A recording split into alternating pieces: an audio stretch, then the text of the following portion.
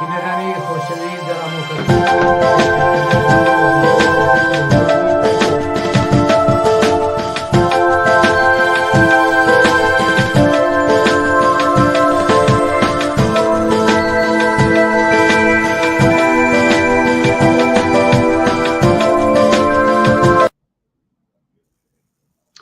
بینەرانی عەزیز و خۆشەویست ئەم کاتتان باش گەڕام و خدمەتان بۆ پێشکەشکردنی ئیدامەی بەرنامەی و خۆتۆی تەلەڤیزیۆنی پەرتۆ لەم بەشە لە بەرنامە هاوڕێ ساڵەی سەرداری دەبیری کۆمیتەی کوردستانی حیزبی حکومەتیسمان لەگەڵا قسە باسەکەین سەبارەت بە دوای هاتنە سەرکاری ترامپ و جموجوڵی ئەحزابی پرۆغەر وەکو ڕاستی سەراسەری ئێران و ئەحزابی کوردی لە کوردستان پێشەوەی پرسیارەکانم مارەسە بکەم هاوڕێ ساڵە ئەگەر دەنگی منە بیسی زۆر خۆش هاتی بۆم بەشە لە بەرنامەی ڕۆی تەلەڤیزیۆنی پەرتۆ. بەڵێ زۆر سپاس ئەو کاتتان باش زۆر مەمنون کە ئەم وەختەتان لە اختیار منە فەرموون لە خزمەتە. زۆر سپاس هاوڕێ ساڵار وەکو بۆ خۆت ئاگاداری لە ئەمریکا بە هاتە سەرکاری ترامپی دی وەکو بەیسا بە قەولی معروف نوێنەری ڕاستی سەرمایەداری لە دنیاە لە پێشەوە بە قەولی معروف شمشێرەکەی بەستووە و بە پێی ئەو هاتنە سەرکارەی ترامپ و ئەو تەرخ و بەرنامانەی کە ئێعلامی کردووە تایسە لە مەنتەقەداوە و خەوانە کە دیوێ بۆ مەنتەقە لەم چوارچێوەیە ڕاستی پرۆغەر وەکو سەڵتەنەت تەلەبان و هەموو ئەحزابی ڕاستی پرۆغەر بوو لەوە لە کوردستانیشە ئەحزابی ناسیۆنالیستی کورد جموجۆڵی زیاتریان بە دوای ئەم ماجرایە پەیدا کردووە. ئێوە سەبارەت بەم ئەوزاعە و بەم بۆچوون و جموجۆڵانە کە زۆرتر بووە لە جاران بۆ ئەوەی بلاخەرە ئاڵوگۆڕێکەکە لە ئێرانە بێتە پێشۆ چاوەڕوانی تەرحی بەرنامەی ترامپ و نەتانیاهو ئەم ئەحزابانەی سەراسەری ئێران ڕاستی سەراسەری ئێران و کوردستانی جەم جموجۆڵانیان زۆرتر بووە ڕایەوە بۆچوونی ئێوە چۆنە سەبارەت بەم ئەوزاعە؟ بەڵێ زۆر سپاس بۆ ئەم پرسیارە. هەموو کەس ئاگادارە هاتنە سەرکاری ترامپ بە نظر من ئاڵوگۆڕێک یا تەغیر و تەحوڵاتێکی زۆر مهم لە ئاستی دنیا هاتووە سەبەرەوە و هیچ کەس نەتەنیا خەڵکی عادی حتا وڵاتەکان کشوەرەکان نازانن چەند مانگتر چیان بەسەرێت لە سایەی ئەم هاتنە سەرکاری ئەم کابرا کە نوێنەرایەتی ملیاردەرەکانی ئامریکاکە بێسەبەب نییە کەسێکی وەکو ئیلان ماسک هەمەکارەیە یا چەند سەرمایەداری گەورە کە ئەوتە پوڵێ زۆریان بۆ خەرج کرد و دواییش پوڵێ زیاتریان دوای هینەکە بەدەست هاورد. بۆیە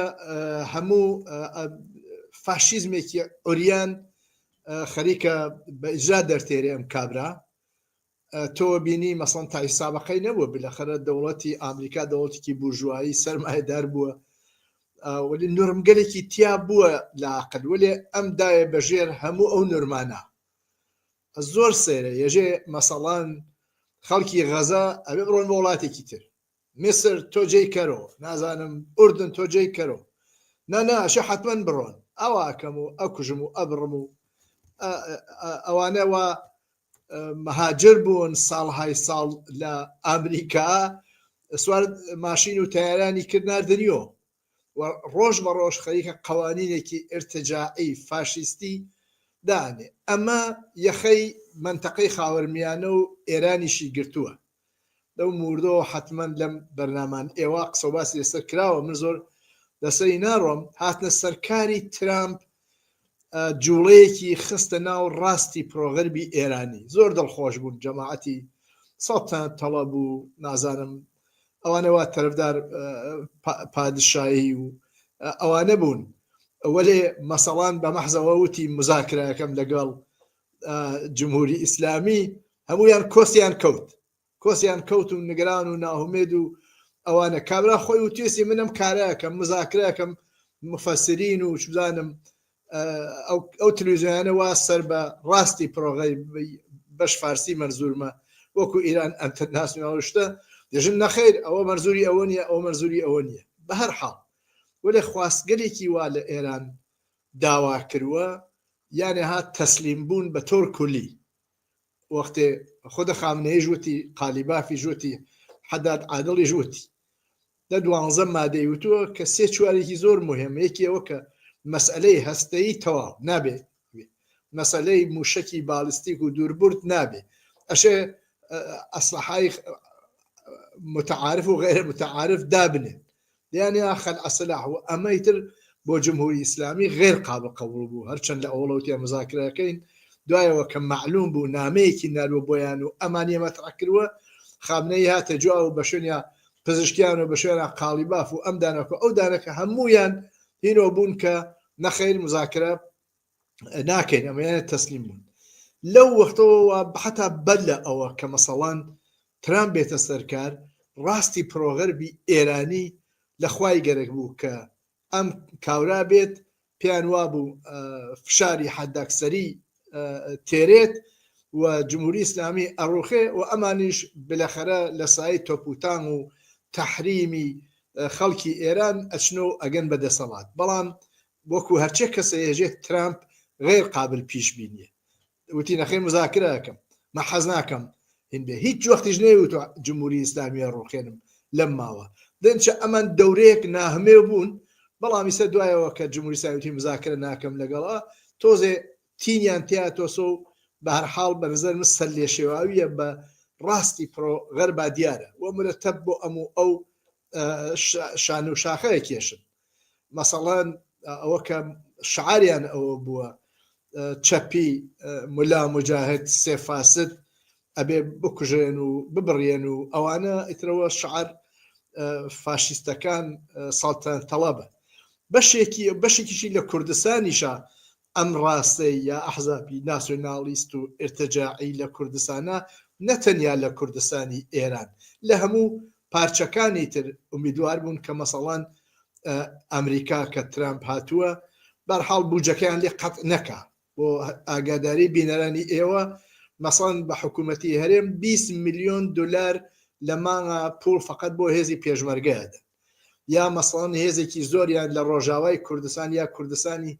سووریە بووە و نیگەرانی ئەمەسە ئەگەر ترامپ کە جارێک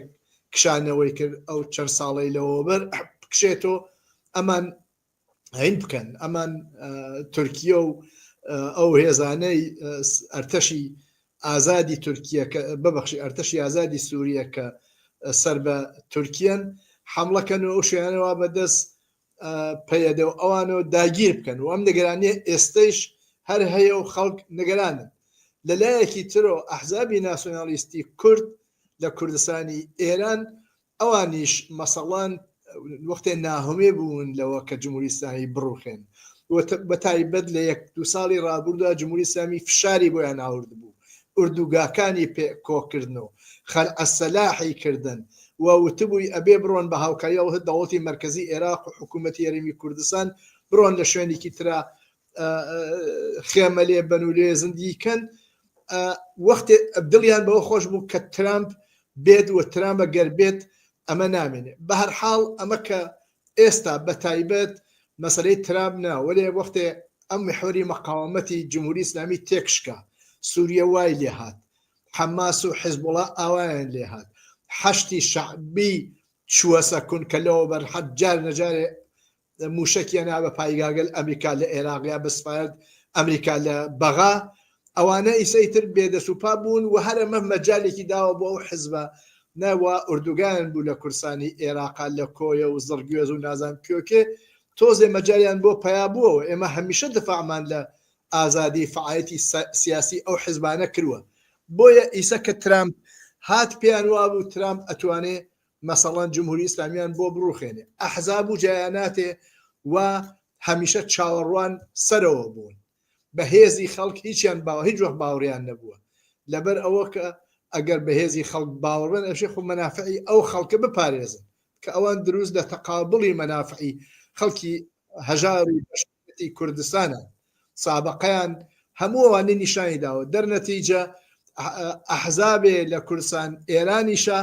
بۆ ماوەیەک خۆشحاڵ بوون کە ترامپ بێ پیان وا بوو ئەگە ترامپ بێ جمهوری ئیسلامی ئەڕوخێن و ئەوانیش ئەگەڕێنەوە وەلێ بە هەر قسەی ترامپ بەمباروبارە ئەکەون ئەژم لە وتی مزاکرەکەم نگەران بوون ئیسە کە مزاکردن جمهوری ئیسلامی نایکا لەگەڵ ترامپە تۆزێ خۆشحاڵ بوون و بەرحاڵ ئاوان. زۆر سپاس بۆ تەوزەحەکانە دینە سەرەوەی کە بالاخەرەم چرا سەوزانەی کە ئەحزابی پرۆغەرب کولەن ڕاست و ناسیۆنالیزمی سەراسەری ئێران و کوردستان چه قازانج و منفعاتێکی ئەم خەڵکە دەپارێزین دینە سەرەوە. بەڵام لە ئیدامەی ئەم تەوزیحاتەیەوەیە کە باتەوەجێ بە سیاسەتی دژی ئینسانی ترامپ کولەن لە سەتحی دنیادا و بەتایبەت لە خاوەرمیانە و ئێران و عێراقۆمانەدا دەبینین ڕاستی ناسیۆنالیزمی سەراسەریەکەی و ئەحزابی ناسیۆنالیستی کورد شایلۆغانیان بۆ ئەم سیاست و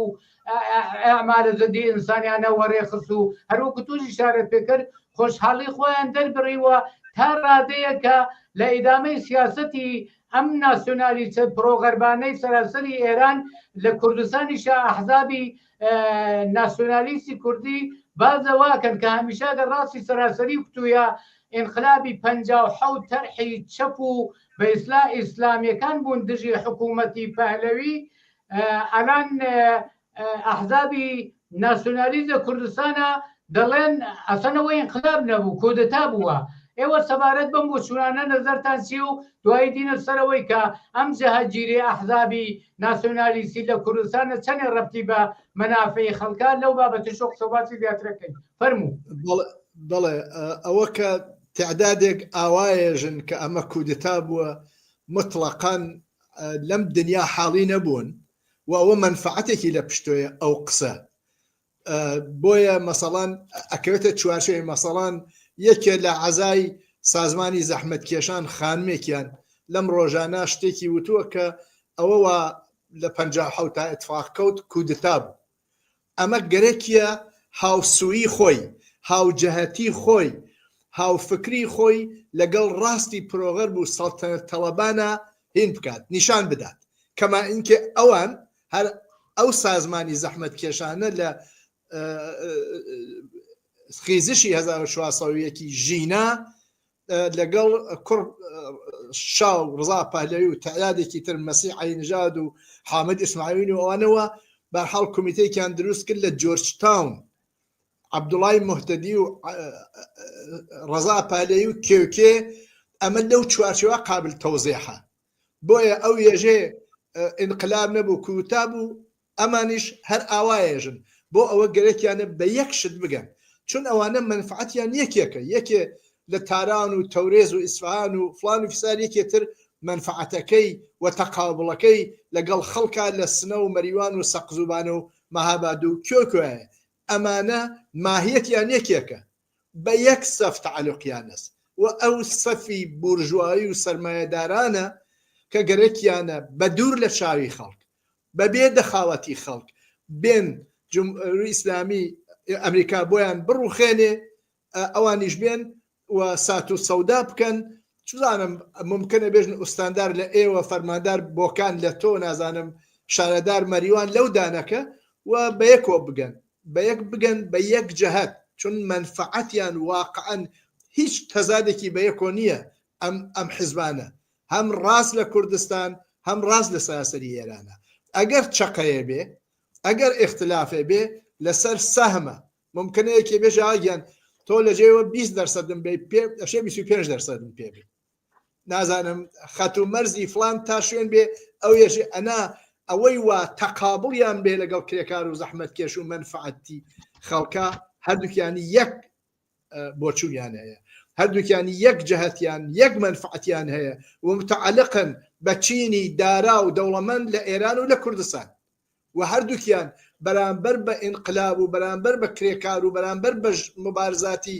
خەڵکی تێکۆشتن لە ئاستی ئێران و کوردستانە وێساون و ئەوێسن بۆیە بێدەلیل نییە ئەو خانمە ئاوا ئەڵێکە ئەوە کودتا بوو ئەوە ئینقلاب نەبوو بە هەرحاڵ من مەزومەوەسەی هیچ شتێک بە نظر من حەقانیەتی نەبوو ئەوە کە 57 خەڵک عەلەی ئیستبداد هەڵسان هیچ شتێ لەوە بەرحەقتر نەبوو کێ ئەوانەی لە بیر چۆسەوە ئەو هەموو حەڵەبیابادا لە حاشەی تارانە کێ لە بیری چۆسۆ خسرە و گوڵسرخی و بیژەن جەزەنی و کێوکێ ئەدام کران کێ لە بیری چووە ملیۆن دلاریان دزی هەری سەیش کوڕشا وەختە لیان پرسی چەند ساڵەوە وتی 64 میلیۆن دلارمان ئاوردووە ئەوەی فقط یەک ڕقەمە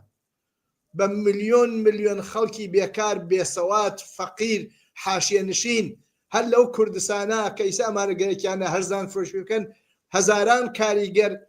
هەڵەسان ئەچون بۆ شارە گەورەکان بۆ کرێکاری خۆ ئەمانە مطلقاً مەسەلەی کاریگەر و زەحمەتکێش و ئەکسەریەتێکی 80% و خەڵگیان بۆ مهم نییە مەسەیانەوە سەخۆیان بە دەسەڵات بگەن قدرەت و دەسەڵات لە بین خۆیانە بەشکەن ئەگەر مشکڵێکیان بێ بەیەکۆ لەسەر بەشبەشکردنە نە هیچ شتێکی تر هەر بۆیە بێجەهەت نییە بە یەکۆ دانیشن چوزانم ئەنواوە قسام نەهاود و تەشکیلات و شۆرای گوزار و هەرم سازمان زەحمەتکێشانە لە شۆرای گوزارە هەرەوە لە جورجتاونا شرکەتیان بوو لەگەڵ لە پاڵدەست ڕزا پەهلویوانە بۆیە خەڵکی کرێکار و زەحمەتکێش هەمووەمە لە ئێران و لە ئاستی کوردستان ئازانێ و لە مقاولیانە ئەوێسن زۆر سپاس بۆ تەوزیەکانەدا هەورە ساڵە بە تۆزیە بە و تەوزیحاتی کەدات کولەن تەحرکاتی ڕاستی سەراسەری ئێران وەکو سەڵتەنە تەلەبەکان و ئەحزابی ناسیۆنالیستی کورد لە کوردستانە فەرمانەوەیە ئەم سناریۆ تەرحی ترامپ و نەتانیاهۆ بۆ خاوەرمیانەی جەدید سەر بگرێ و ئەم چەپڵە ڕێزانەی کە ڕاستی سەراسەری ئێران و لە کوردستانیشا بوو ئەم تەرحە بەڕێیان خستووە فەرمانەوە بێگەر خەڵک لە مەیدانانە بن قەتعەن دیارەمانەم سناریوانە ممکنە تەحقق پەیدا بکە پرسیارەکەیم نەمەدا ئایا ئەم بۆچوونانە ئەم فکرانە ئەم تەرحی خاوەرمیانەی جەدیدە بە پێی بۆچوونەکانی ترامپ و نەتانیاهو دەستاوەردێکی دەبێ بۆ خەڵک ئایا ئەساسەن لە ڕاستای منفعەتی ئەو خەڵکە هەیە کە 46 ساڵە دڵیان پڕە لە خوێن بەدەست جمهوری ئیسلامی و 90% ئەو کۆمەلگا لە جمهوری ئیسلامی ناڕازین ئایا پێت وابێ ئیجازە ئەدەن ئەم خەڵکە بازم دووبارە 46 ساڵتر حکوومەتێکە 46 ساڵەوە پێش خەڵک و دەریان ناوە دووبارە بیگێڕنەوە ببن بە حاکم بەسەر ئەم خەڵکەدا و لەم رابطەشە ئەحزابی ناسیۆنالیستی کوردستانیش وەکو کوردستانی عێراق بۆ خۆیان بەنان و نەوایە بگەن ئەمان لەگەڵ منفعەتی خەڵکە ئەخوێنێتەوە هەورە ساڵە بەڵێ بەڵێ من وازانم ئەوزاعەکە هاوڕێ ئەبوو زۆر پێچی دەیە ڕاستیەکەی ئەوەڵەن ئەمانە مەسەمەمن ئەم ئامریکا و ئیسرائیل و ئەو ملیاردرانەوە هەند لە ئەمریکا و دەستڕاستی ترامپن کە ئەم نەقشە پیادەکەن چەندێ ئەتوانن مەوەفەق بن نازانم هەریسە لە ناو جامعەی ئەمریکا مخالفەتێکی زۆر لەگەڵ ئەم بەرخوردە فاشیستیەی ترامپ و دارودەسەکەی ئاکراوە بالاخره بەشەریەتێک هەز لەم دنیا کە هێشتا حاضر نییە هەموو ئەم شتە فاشیستیانە قبولکە بە هەر حاڵ عەرزم کردن بەنظر من